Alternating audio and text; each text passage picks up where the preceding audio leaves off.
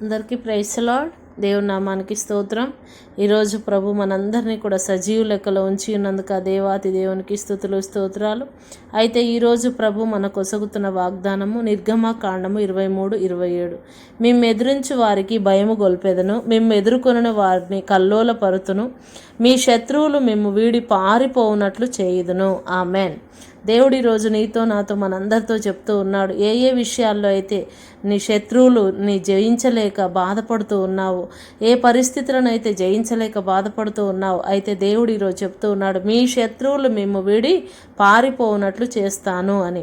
ఏ రీతిగానైతే ఇశ్రాయేలు ప్రజలను చూసి ఫరో సైన్యం ఏ రీతిగా మరి వారిని వెంటాడుతూ వచ్చినప్పుడు నడి సముద్రంలో దేవుడు వారిని ఎలా ముంచివేశాడో, ఏ రీతిగా వారిని కల్లోలపరిచాడో, ఆ రీతిగానే దేవుడు ఈరోజు మనల్ని ఎంతమంది అయితే బాధపడుతూ ఉన్నారు, ఎంతమంది అయితే మనల్ని అనేకమైనటువంటి నిందల అవమానముల గుండా మరి అనేకమైన మాటలతో మనల్ని వేధిస్తూ ఉన్నారు, పరిస్థితులు మనల్ని కృంగదీస్తూ ఉంటే దేవుడు ఈరోజు చెప్తూ ఉన్నాడు, ఏది కూడా మీ పైన ఏది కూడా అధికారం వహించదు, కాబట్టి మీరు ఏది కూడా ఏ విషయంలో కూడా భయపడొద్దు అని, మీ శత్రువులను నేను పారిపోయేలా చేస్తానని దేవుడు వాగ్దానం ఇస్తూ ఉన్నాడు. కనుక ఈ వాగ్దానం మనందరి జీవితంలో నెరవేర్చబడాలని ప్రార్థన చేసుకుందాం.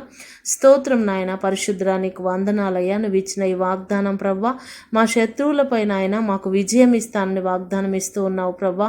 మా శత్రువులు మమ్మల్ని వీడి పారిపోతారని చెప్పి ఉన్నావు తండ్రి.